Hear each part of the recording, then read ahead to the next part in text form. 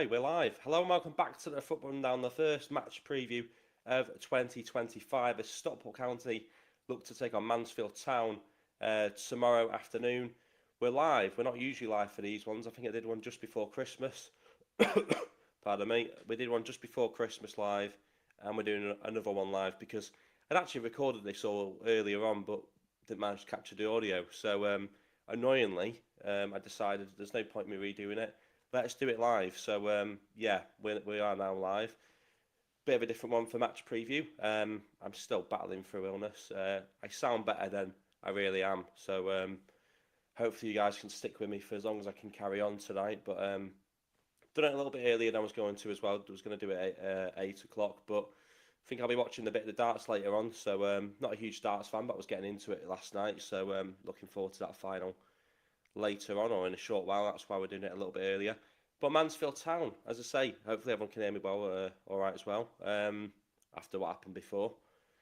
Christmas tree up as well. When should it go down? I've heard the 6th. Not sure about that, but looking to get rid of that soon. But yeah, I mean, 2025 just kind of seamlessly transitioned from one year to the other. Usually it feels like a bit of a bigger thing than what it is, but no, 2025 is, I've got my head around that pretty quick, to be fair. So yeah, Mansfield Town tomorrow. Obviously, we play Birmingham on New Year's Day. A great result in the end, but no, a great result, but in the end, probably felt like we probably could have won it. So yeah, it's going to be interesting to see how we respond.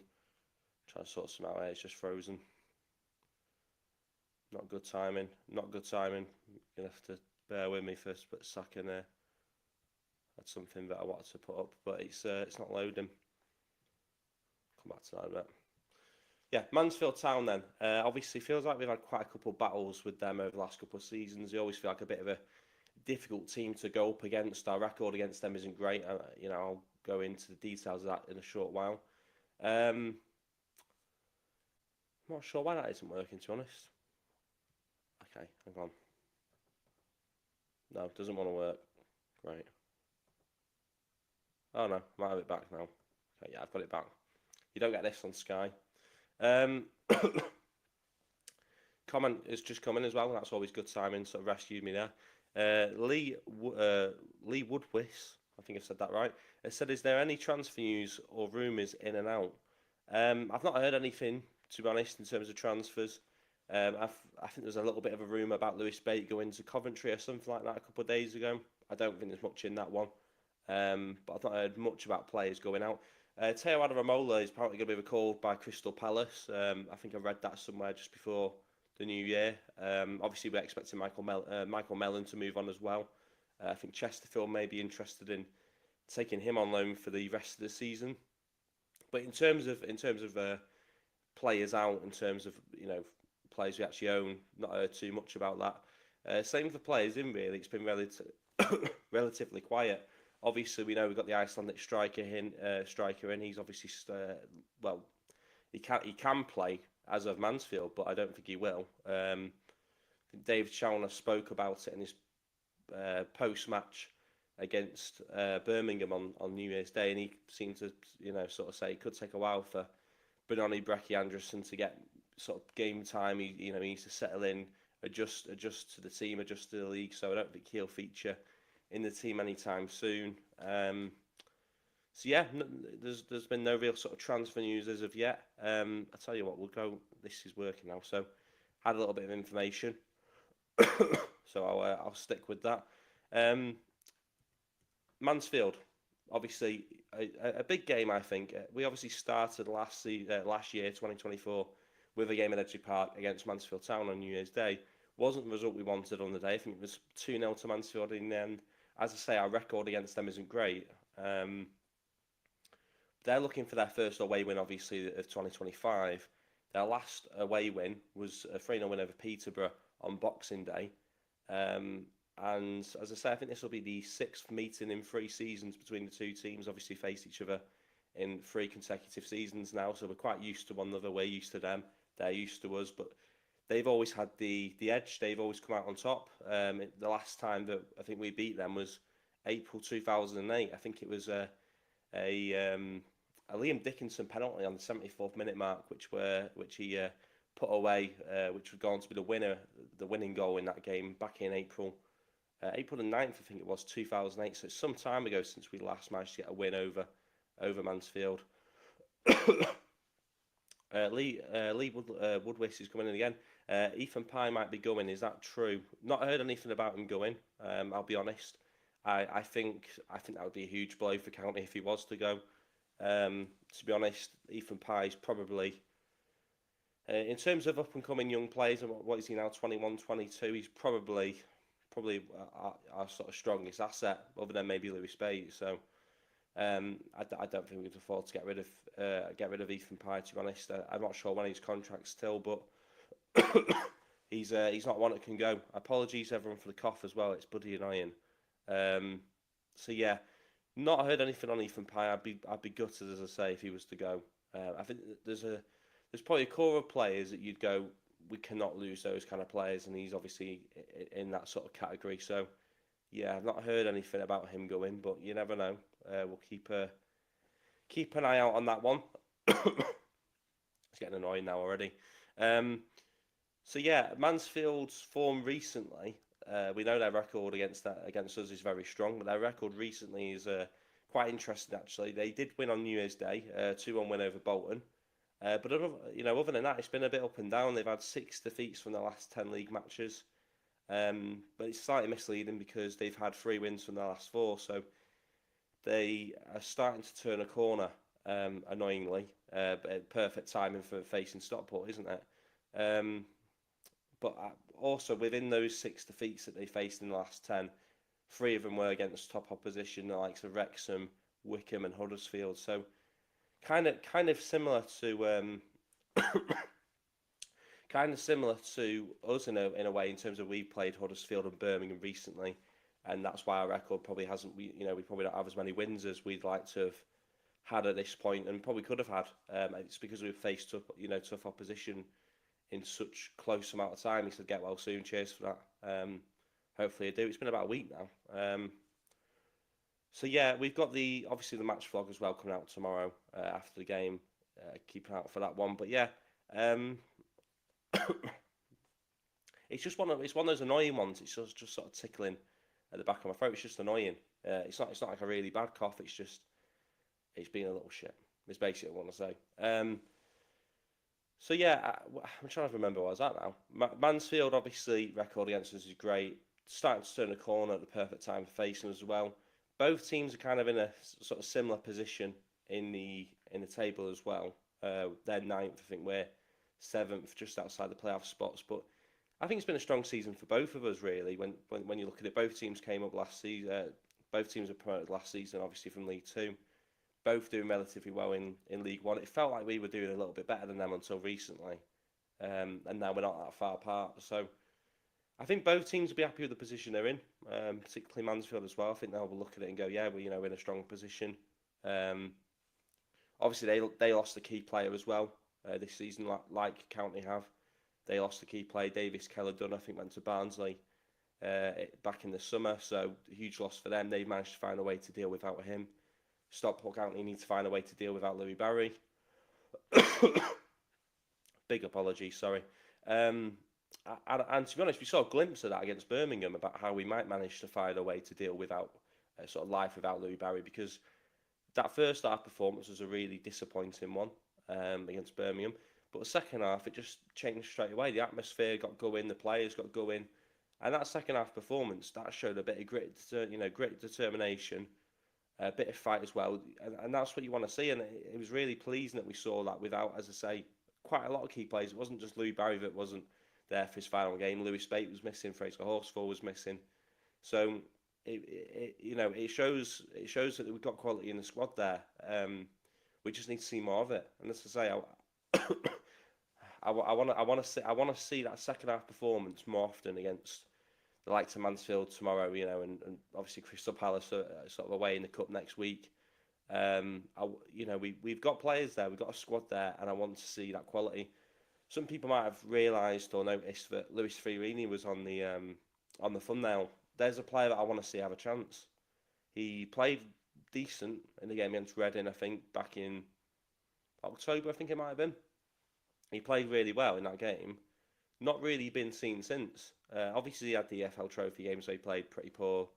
But there's been some first team players who played pretty poor in those kind of games as well, and also continue to get minutes in the league. So they're not being judged on a poor performance in the EFL Trophy. So why can't we give someone like Luis Fiorini a chance? Will Collar hasn't looked at his best recently. Luis Fiorini's a player we signed in the summer.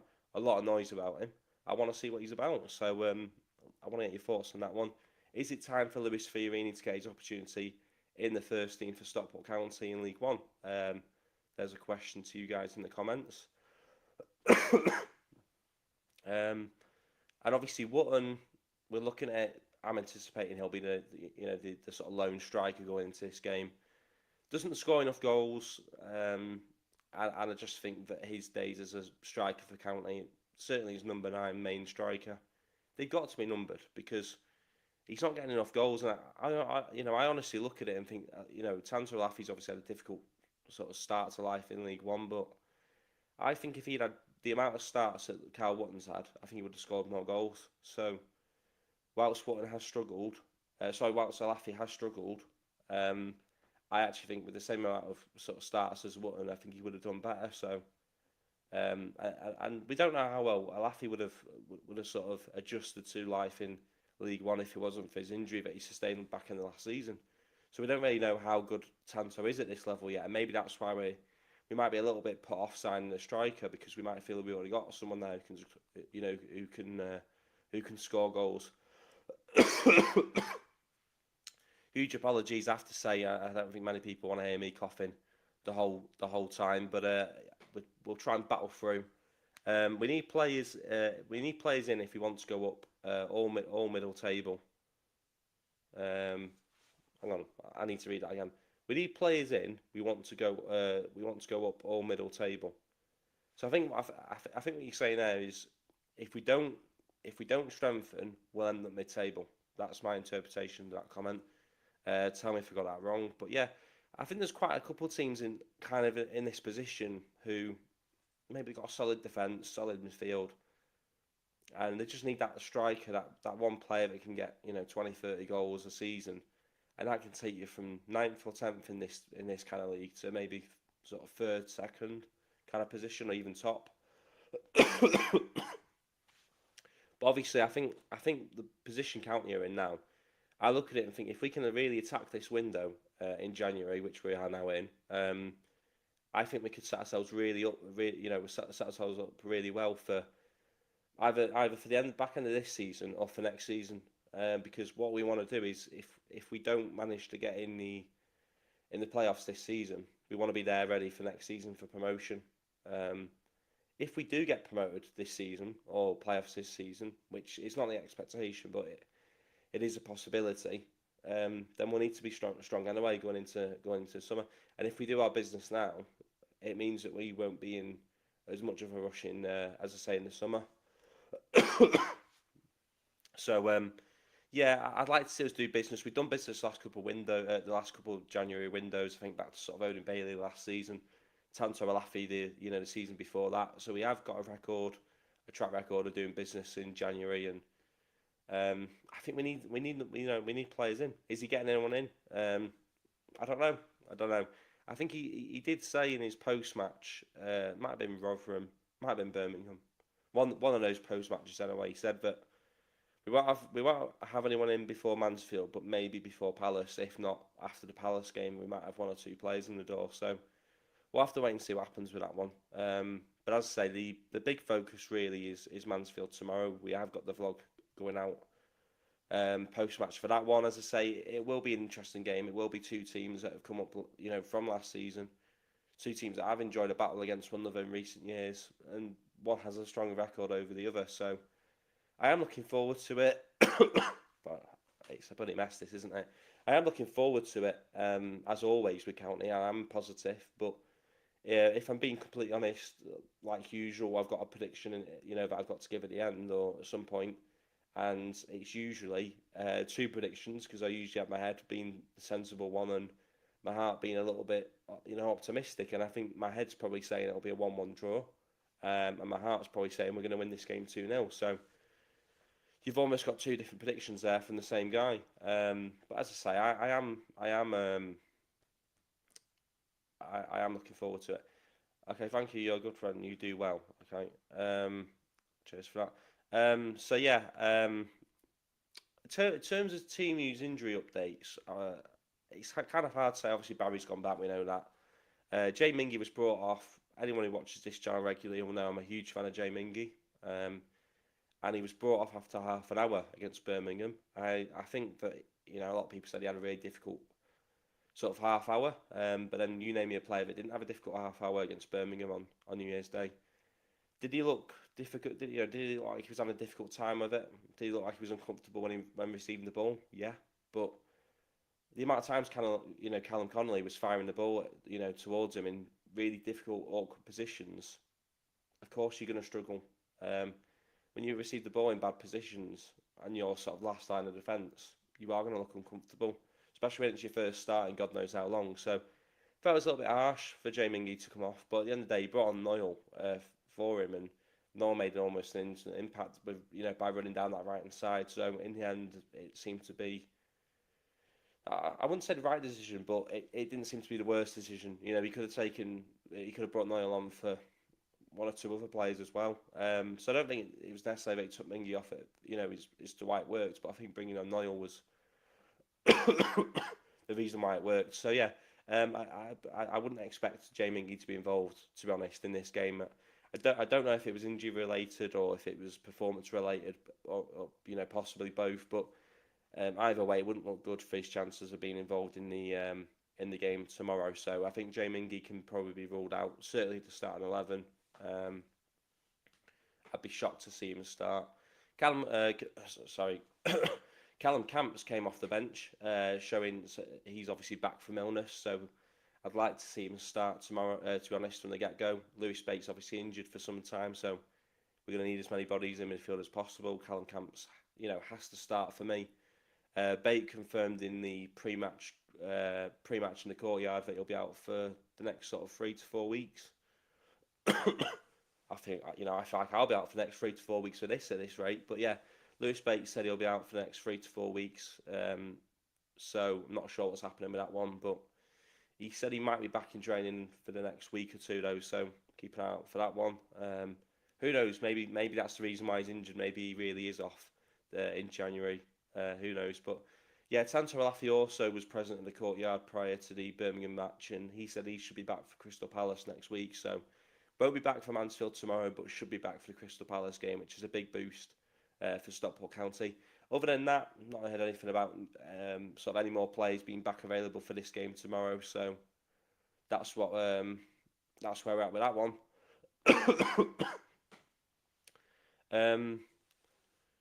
What team would he put out, and do you think he should play the Iceland player? I don't think the Iceland player will play, to be honest. He seemed to pour sort of cold water on the idea that he would pick the Icelandic striker in the squad, to be honest. Just want to say to people who are watching it live as well, do like the video, do subscribe if you're not already. You all know the drill. But yeah, I don't think the Icelandic player will play. He's obviously been signed. He'll go into the development squad. He may get minutes, further down the line, but I don't see at this point in time. It's important that we don't sort of, rush him into the team. He's just signed.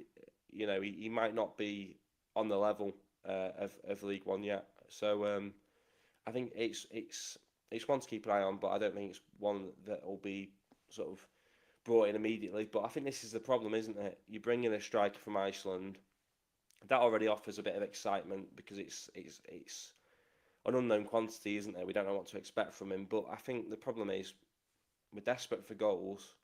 We bring in a striker. People will automatically assume that's your goal scorer, but the reality is he's 19 years of age. He's come from the Icelandic League. He's not played for 2 months. I wouldn't hang my hat on him and go that he needs to score the goals for us. So I think really he might end up being that player, but we can't rely on him being that player right now. So I think really County, Challoner, Simon Wilson needs to go out and sign a striker in January, and that's going to be hard to find the right one. So I think that's where we're at with that one. Dave Chalmers said Icelandic player not up to speed. Yeah, that's basically what I heard. So I don't think he should be involved. Obviously, we're all sort of itching to see what he's all about because it is an exciting transfer. It's football manager like, isn't it? We've all played football manager and signed those kind of players before, and they are ones that get you more excited than signing, I don't know, Michael Smith from, Walsall or whatever. I'm just giving an example.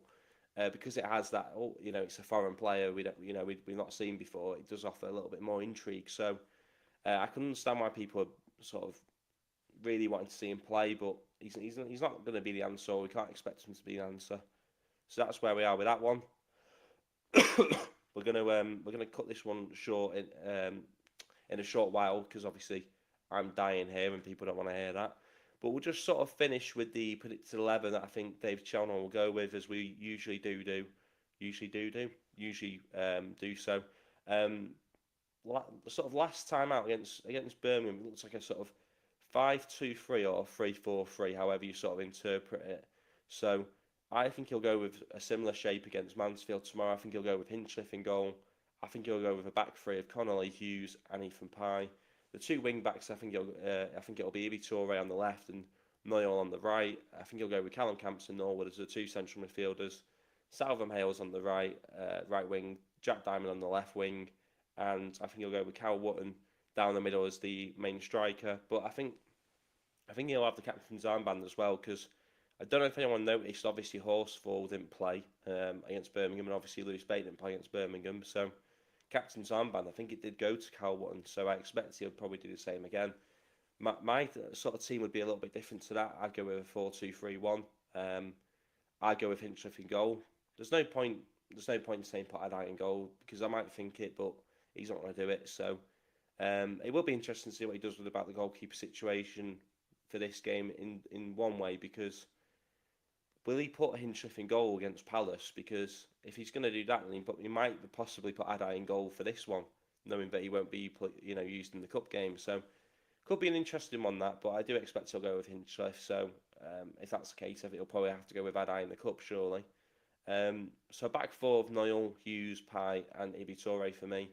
Camps and Norwood as the two central midfielders, an attacking three behind the striker. Salvam Hales on the right wing with the captain's armband for me. Diamond on the left, Fiorini behind the striker, and Wotton as the striker. So that's the team I would go with, and the team I think the team I think Chalmers will go with. Michael Smith would probably do a job over Wotton. I don't know who Michael Smith is. It was just a random name I pulled out, but yeah. I think at this point in time, I think we'd all fancy ourselves to get a goal for County over Carl Wotton. Look, he puts in a hard shift. He puts in a a lost what I was going to say there. His work rate, he does work hard for the team, but yeah, his instinct for finishing just isn't quite there. I can't remember if it was the Huddersfield game. I think it might have been. Their keeper spilled it, and he sort of wasn't really there, ready to pounce. It was a bit of a delayed run, and I felt like an out-and-out striker would have been on that and sort of been on the end of it. So he just doesn't seem to quite have that quality to be a striker in the sort of higher levels as we go up the football leagues rather. So yeah, I think we'd all back ourselves, to get a goal for County. To be honest, especially when you've got some of the chances that were created in that sort of second half against Birmingham. And he has to score. He has to score that goal as well. He goes around the keeper. All he has to do is tap it in. He's got to score that for me. But obviously he didn't. Ethan Pye's contract until June 2027, so he would have to go for a big transfer fee. He's probably the one you've got to build the team around. I know he's a defender, but you've got to build a team around him. He's from the area. He gets the club. He's a 21-22 playing in a defensive position, which we all know is harder. It's easy, it's easy to give a younger attacker a start or could bring them off the bench because worst case they miss a shot. If you're a young defender and you make a mistake, you've conceded a goal. Like, it's a lot more difficult. It's a lot more of a risk, I think, to pick a young player. As a goalkeeper, as a defender. The further back you go on the pitch, the more difficult it is for a young player to get minutes, and that's why a lot of the time young goalkeepers, if you look at Dean Henderson, Crystal Palace will come up against him maybe next week. He came on loan to Stockport County in the National North in 2016 to get minutes. because he wasn't going to get him anywhere, anywhere up the higher levels of English football. So the further back you go across the pitch, the more difficult it is. So Ethan Pye, for him to got the minutes he's got under his belt at the age he's at, the way he's performing, it's unbelievable. And I do worry that he could play at a higher level. And I say worry because we don't want to lose him. What I want is him to play at that higher level that he's capable of playing at with Stockport County. So can we get there? Who knows? But I think he'll stay for now. But as you say, contract until 2027. It gives us a bit of security in the short term. But let's face it, that's only really 18 months away before you know it. So it's all about, if we get to the Championship, we might be able to convince him to stay. But if we don't make that push in a couple of years from now, he may decide, I've got to move on. And to be fair, if that happened, depending on how he goes about it, you've probably got to say a little bit like Lou Barry, fair play to you, go and play at the level you can play at, because that's what we want.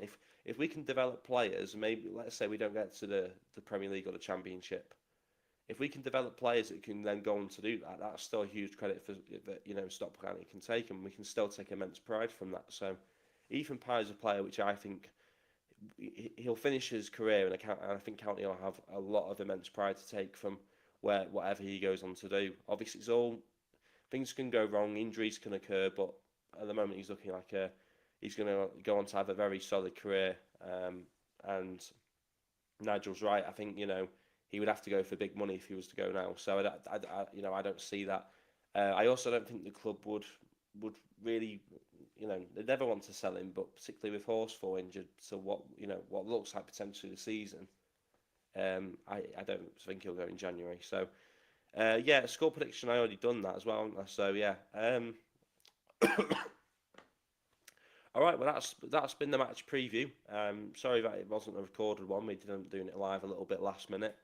Hopefully everyone is doing well. I'm off to go and watch the darts and rest this voice for tomorrow, because I will be at County tomorrow. As I say, but match vlog will be out afterwards. But yeah, I'm looking forward to the game, and I am confident that we'll get a decent result, and I'm hopeful that we'll get a win.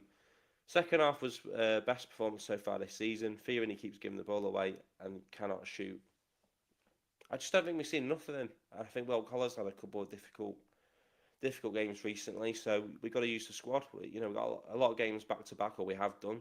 And if you don't want to play him, you might as well get rid of him. So that's where I sit with that one. I don't think he'll play him anyway, so nothing for you to worry about. I don't think Fiorini will get that opportunity, but he's got to play at some point. There was a lot of hype about him. We made a big deal to bring him in, so at some point he's got to get his opportunity. And we can't do it against Crystal Palace in the cup, can we? Because we want to go relatively full strength in that, because we do want to go through. We don't want to completely embarrass ourselves. But anyway, I'm going to end this before I completely embarrass myself by losing my voice. So hopefully everyone has managed to enjoy it. Apologies for the coughing.